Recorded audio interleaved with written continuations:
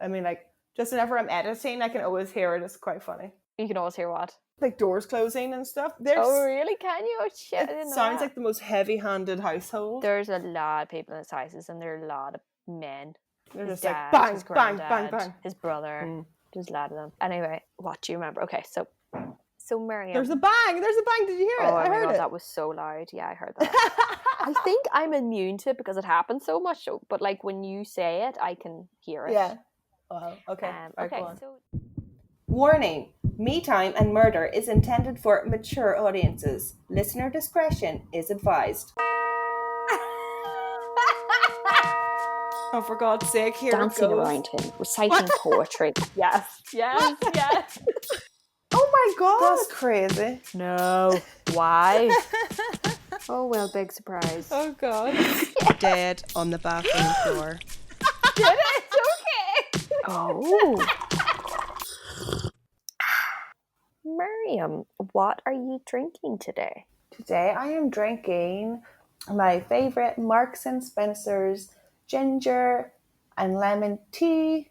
What about you? I am drinking a Pucca Turmeric Gold.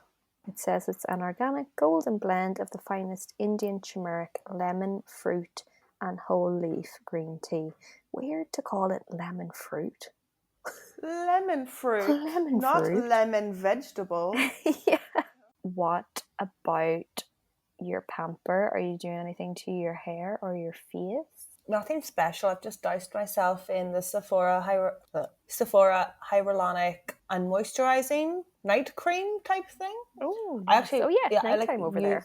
Yeah, it's nighttime. It's like really dark. I actually really like it, even though it's like their own brand. But I often like own brand type things. Definitely. Like I feel like own brand, they do have to get it right because they're putting their name on it, you know? Right. It's got no scent, which I love. It's like that, with own brand stuff, they tend to keep it more simple. Pared back, yeah. You're so lucky you have a Sephora. Yeah, I like it a lot. Very jealous.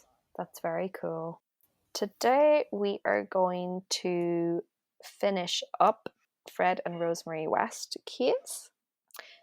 Oh, you haven't asked me. Huh? You haven't asked me about my tea and my... I did ask you about your tea. Oh, You're my drinking hair. Pucca. You didn't ask me turmeric. about my hair. Trez, what's wrong with your hair? Well, many things, but today I'm using the Garnier Banana 3-in-1 dry hair mask. It's their like hair food collection. So this is the yellow tub, the banana one. It's also got shea butter in there, so nice and moisturizing, nice smell. I've used it before. I do like it. Mm-hmm. So today we're going to finish up the Fred and Rosemary West case. Mm-hmm. So Miriam, what do you remember from the last episode? A lot of incest and murder. Unfortunately. Yeah, I know. It's a bad combo. And we got to Rosemary and Fred. They are jiggy with it. Well, they're not. They're jiggy with other people. Mm-hmm. Which gets them jiggy. Yeah, they're getting off to voyeurism in a trailer. And now they've like, I don't know, they're leveling up to the... vertical integration. Vertical integration, yeah. Yeah, they're expanding their empire. Yeah, into Cromwell House. Yes. We're at 25 Cromwell Street in Gloucestershire. It's not Gloucestershire. Oh. Oh, you're going to have to do some editing. I just have to delete like you saying Gloucestershire and I'll just be like Gloucestershire. Gloucestershire. So fancy. So yeah, so in the first episode we have Rosemary killing poor Charmaine, who is the child of Rena Costello. She was 8 years old. Fred cuts off her fingers and toes. Yuck. Buries her under the kitchen floorboards, and then they also kill her mother, Rena. What does that mean? How do you bury somebody in the kitchen floor? I don't know. I guess it's a child, so it's a smaller body. Like, was it tile or wood or dirt or... They buried the remains under the kitchen floor. Okay, so maybe it was like floorboards. Floorboards, but still, would the smell not creep through the wood? The cracks? I don't know. They probably wrapped her like sufficiently. Yeah, like plastic or but something. Still gross. Like, you know, bin bags and lots of tape and like, oh. So now we're in 25 Cromwell Street, the House of Horrors. It would become known as, I know, right? And it literally was. Rosemary continued working as a sex worker in their new property in a room fitted with lots of peepholes for Fred. Gross. I know. He's like loving life. And a red light outside the room that would be lit up to tell the children not to enter. Gross. So it's like a proper ass brothel. They've got a light system going on here. Mm-hmm. Yeah. And could you imagine seeing that red light as a child? Like, oh, you know what's going, you know, when the light's on, you know shit's going down. So they had a real kind of setup going on, and they'd like really like pimped the house out, like no pun intended. But yeah, they like put a lot of planning in, you know, to get to this point.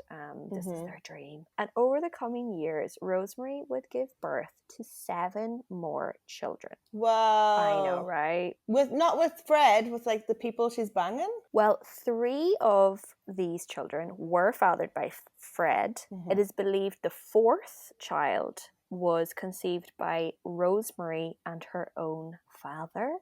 Okay. Who kept engaging in incest with her. And I just have in brackets here, what the fuck? She's a married ass woman now. Like, Fred is clearly allowing this. He has the holes. He can see. He fucking knows. I read in an article that her father, who was called Bill Letts, he got wind of her sex work business operation in the house. He got wind of this and decided that he was going to become a customer.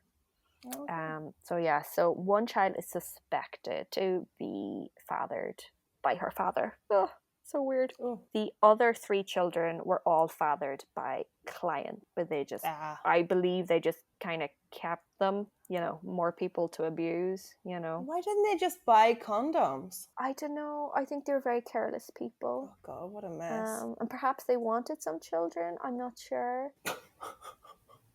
They wanted it was planned. These were planned pregnancies. They don't sound it at all. They're not. No. Oh, in October of 1972, Fred and Rosemary hired a young lady called Caroline Owens to work for them as a nanny for the children.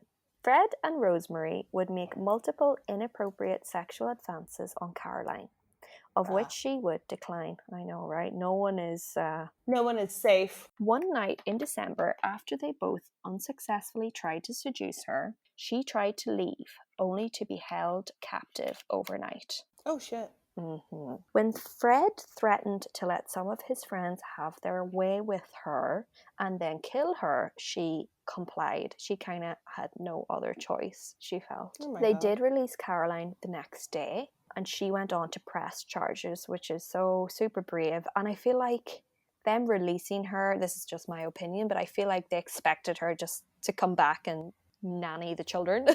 You know, that's so strange. Like, but they killed Charmaine and Charmaine's mother. But let her. I feel like they wanted her to keep on coming back. That's so strange. I'm not sure that she wouldn't press charges. Why let her go? I think they thought like, oh, we've got her under our, you know, grip now, and you know. Oh, she liked that. Yeah, we can control her, and you know, she works with us, and you know, this is our setup now. This is just my opinion, but she did go on to press charges, but Fred was able to convince the court that the encounter had been consensual. I don't know how he's able to convince people. So Fred and Rosemary were instead only fined £40. Oh my God. Now, obviously at the time that would have been a little bit more, but like not that much more. We're getting into it now. It's not, no details, but just the kind of, the amount of women is just so upsetting. So over the next 6 years, Fred and Rosemary went on to kill at least 8 young women who came to stay with them as either tenants or employees. The first was Linda Gow. Okay, this kind of answers the question, sorry. The first was Linda Gow, a seamstress the Wests knew personally. So she was doing a bit of work for them. It seems like they had a good bit of money from this sex work business, so they were able to employ some people for different jobs. Next was Carol Ann Cooper, who disappeared while walking home from a movie theatre. So they're proper snatching up people at this point. In December, Lucy Catherine that is a weird name. In December, Lucy Catherine Partington disappeared from a bus stop while on her way home after Christmas. So sad. Oh. They do a lot of snatching from bus stops. If you think about that first victim of Fred's was at a bus stop, a young girl, and then he met Rosemary at a bus stop. They've, you know, grabbed Lucy from a bus stop. I don't know why bus stops were so dangerous back then, but that's scary. I guess you're kind of sitting on your own maybe at a late time of the night maybe. So Lucy was murdered by Fred and Rosemary, who abducted her, held her captive for a week over the new year, raped her and tortured her, and then killed her. So she was like their little toy over the Christmas period, which is just, horrendous. Together, they raped and tortured and killed her together as a couple. Oh, definitely. They were having fun. This was their little festive celebrations, you know. On January the 3rd, Fred was treated for a laceration, which is believed to have been inflicted when he dismembered Lucy. So he was like really going at it, you know, and accidentally cut himself and had to be treated in hospital. So I'd say maybe some people find the laceration a bit suspicious, like what the heck were you doing? I'm not sure what his answer to that was, but I think this is just, you know, in hindsight, that's where he got that injury. From 1974 to 1979, 5 more women met the same fate. And you'll never believe this. The first one is called Therese. I know. It was you? I rarely see someone with my name, let alone a murder victim. I was like, wow. That's crazy. Therese, I'm going to struggle to pronounce her surname now. McGuinness. Siegenthaler. Oh. The next lady was Shirley Hubbard.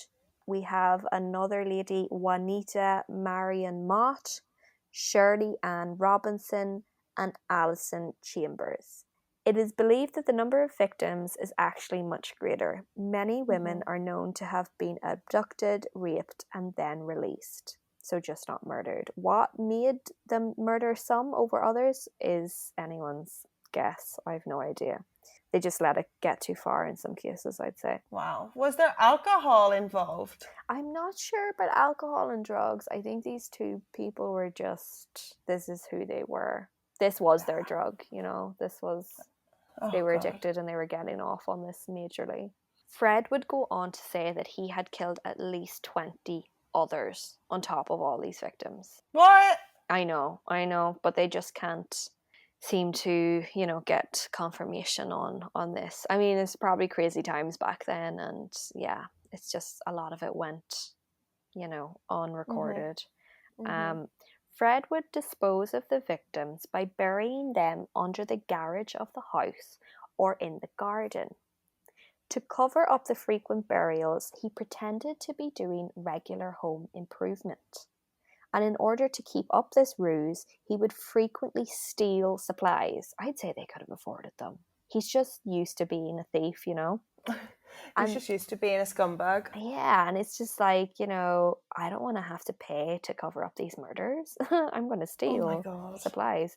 So this did put him onto the police's radar, you know, the thefts, but still the killings went unnoticed. No way. Like, why is this guy doing so much home improvement? Suspicious. Out in the garden all the time. I don't know. Were these women who were being abducted, is it possible they were sex workers? It's probably possible. Maybe vulnerable people. He knew Rosemary was vulnerable. I'm not sure that they were homeless per se, no. Perhaps transient sort of, I'm not sure is that term acceptable, but you know, just people maybe coming into town, people who are new, or you know, young women going out on their own looking for a job, and they kind of say, oh yeah, come on into our house, like, and just, yeah. Wow. And during these years, Fred also sexually abused his daughters. He sexually abused Anne-Marie, Heather, and May. The couple came close to being exposed in 1986 when their daughter Heather told her friends about the abuse she suffered. In June of the next year, Fred and Rosemary strangled Heather to death to silence her. She was only 16 years old. No. Yeah. She was trying to speak out. She told friends, and they were like, no. They just like snuffed that out. They were like, that's not going to get out. Fred then dismembered Heather and buried her in the garden. Oh my God. His own daughter. Child, yeah. Finally, in May of 1992, the Wests were exposed when Fred videotaped himself raping one of his daughters. What? Right, I know. I have in brackets here, well done, what an idiot. I mean, yeah. How do you not know you're committing multiple crimes there? Like, oh yeah, and also like, I don't understand why people like record these type of things like evidence. Yeah, idiot. He's a total idiot. What the fuck? She told her friends. One of them reported the Wests to the police. Then, when another girl raped by Fred came forward, the police obtained a search warrant.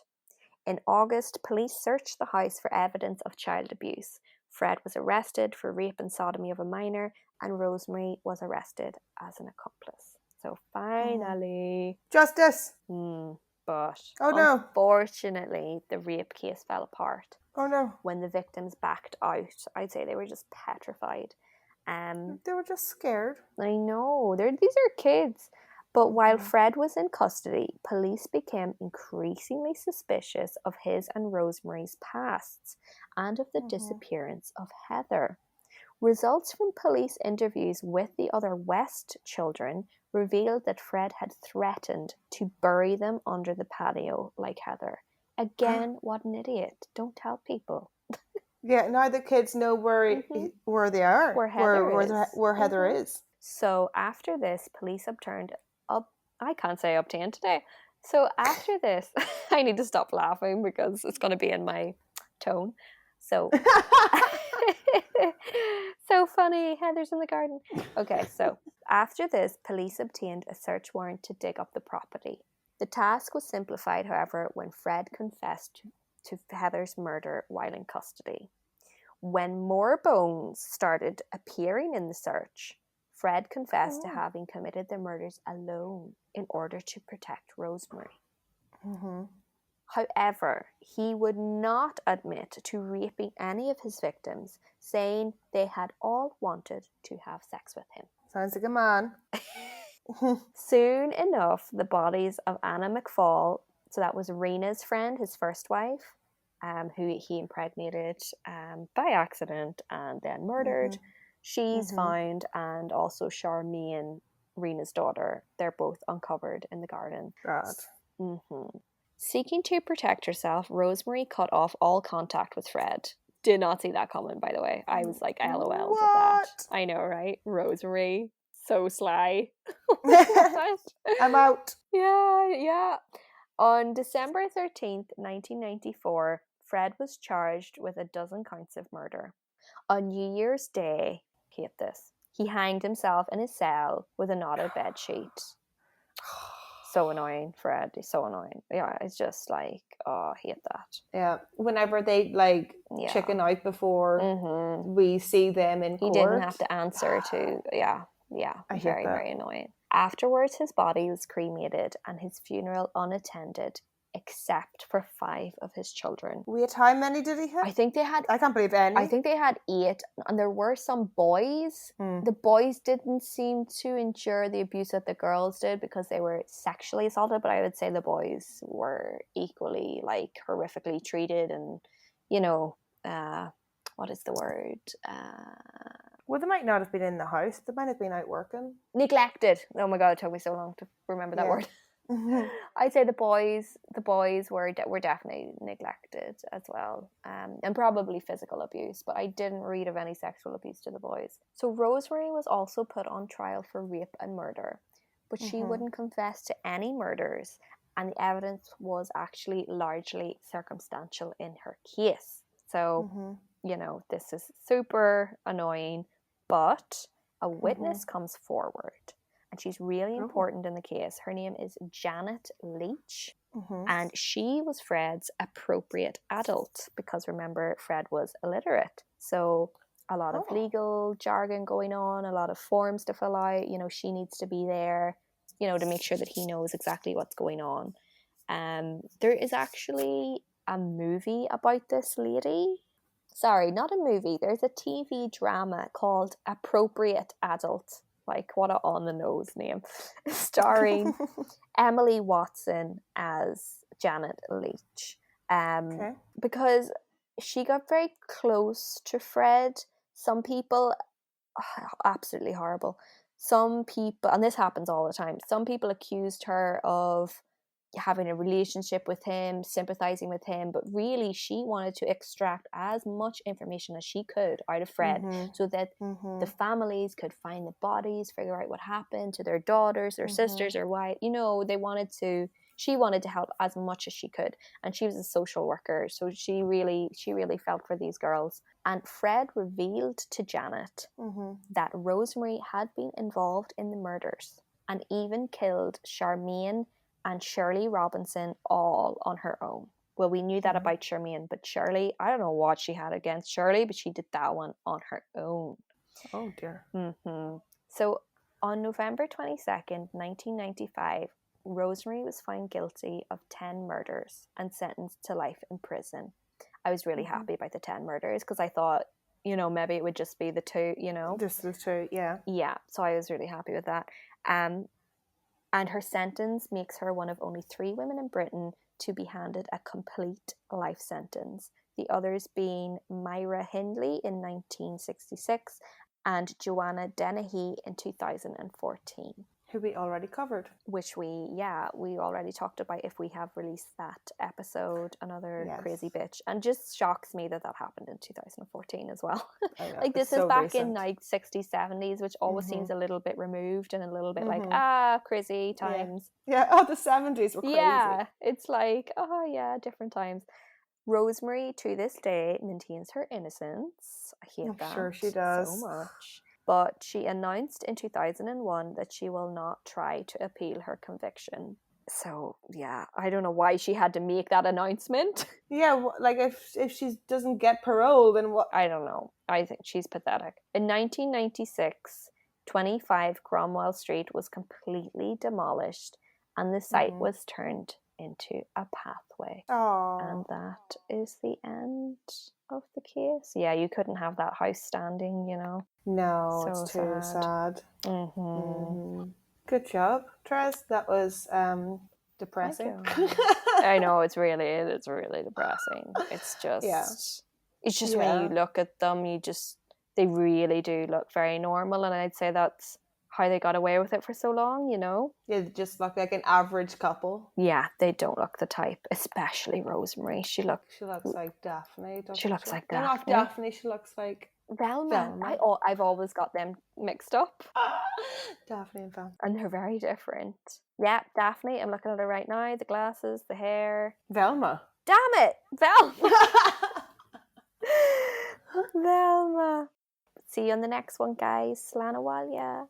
Bye-bye. Me Time and Murder would like to thank and acknowledge our sources that make this podcast possible. References can be found on our Instagram page.